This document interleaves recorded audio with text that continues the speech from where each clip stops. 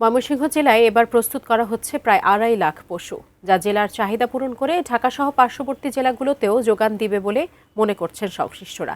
এদিকে কোরবানি পশুর পরিচর্যায় ব্যস্ত সময় পার করছেন খামারিরা। আরও জানাতে ময়মনসিংহ থেকে সরাসরি যুক্ত হচ্ছেন প্রতিনিধি আসাদুজ্জামান সুমন।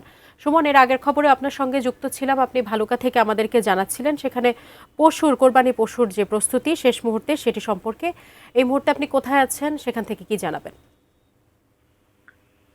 সাজিয়া, ধন্যবাদ আপনাকে। আপনি যেমনটি বলছিলেন যে এই যে ময়মনসিংহ জেলার যে পশুগুলো রয়েছে সেগুলো কিন্তু প্রস্তুত করতে শেষ মুহূর্তের যে প্রস্তুতি সেটি কিন্তু খামারিরা নিচ্ছেন এবং খুব ব্যস্ত সময় পার করছেন খামারিরা।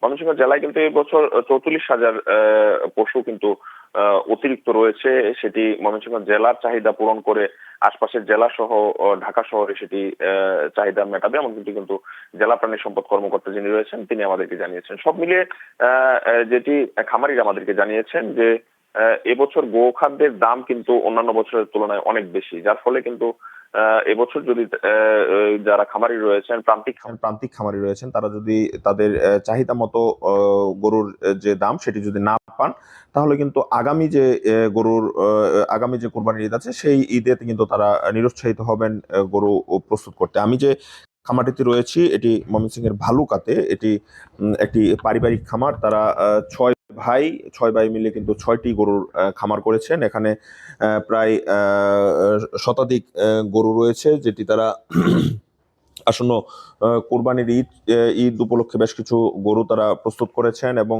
এই কোরবানির গরুর প্রস্তুতের পাশাপাশি কিন্তু তারা যে এই দুধের যে চাহিদা সেটিও কিন্তু তারা তাদের এই খামার থেকে মেটাচ্ছেন। এটা ময়মনসিংহের ভালুকা পৌরসভার ফায়ার সার্ভিস এলাকার মল্লিক খামার রয়েছে আমি এখানে।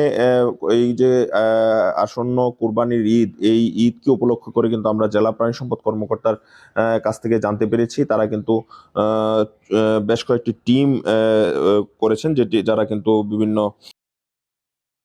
এদেরকে পরিচর্যা করছেন। এই টোটাল ৫৬টা টিম কিন্তু কাজ করছেন, যারা কুরবানির যে হাট রয়েছে সেই হাটেও তারা কিন্তু কাজ করবেন।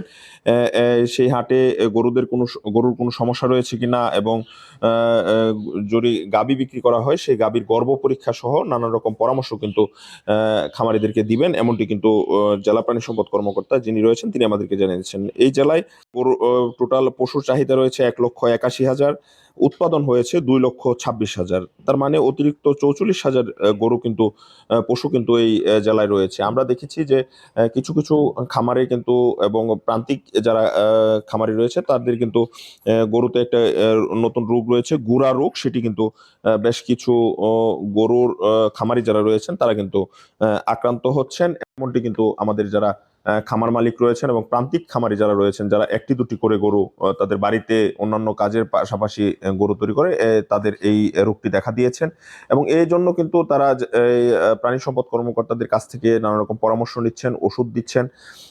এই যে আসন্ন ঈদ, এই ঈদে যারা খামারি রয়েছেন তারা তাদের চাহিদা মাফিক দাম প্রত্যাশা করছেন, যাতে তারা আসন্ন যে আগামী বছর যে কুরবানির ঈদ থাকবে বা পশুপালনে তারা উৎসাহী হবে, এমনটি কিন্তু তারা জানিয়েছেন। এই জন্য সরকারের যে নীতি নির্ধারক যারা রয়েছে তাদের বিশেষ নজরদারি রাখবে, যেন কোনো সিন্ডিকেটের মাধ্যমে এই যে গরুর দাম বা পশুর দাম সেটি যেন নিয়ন্ত্রিত না হয়, এমনটি কিন্তু যারা সাধারণ প্রান্তিক খামারি রয়েছেন তারা আমাদেরকে জানিয়েছে। সব মিলিয়ে সাজিয়ে এই ছিল ময়মনসিংহ থেকে আমার কাছে ব্যস্ত খামারিদের সবশেষ খবরাখবর।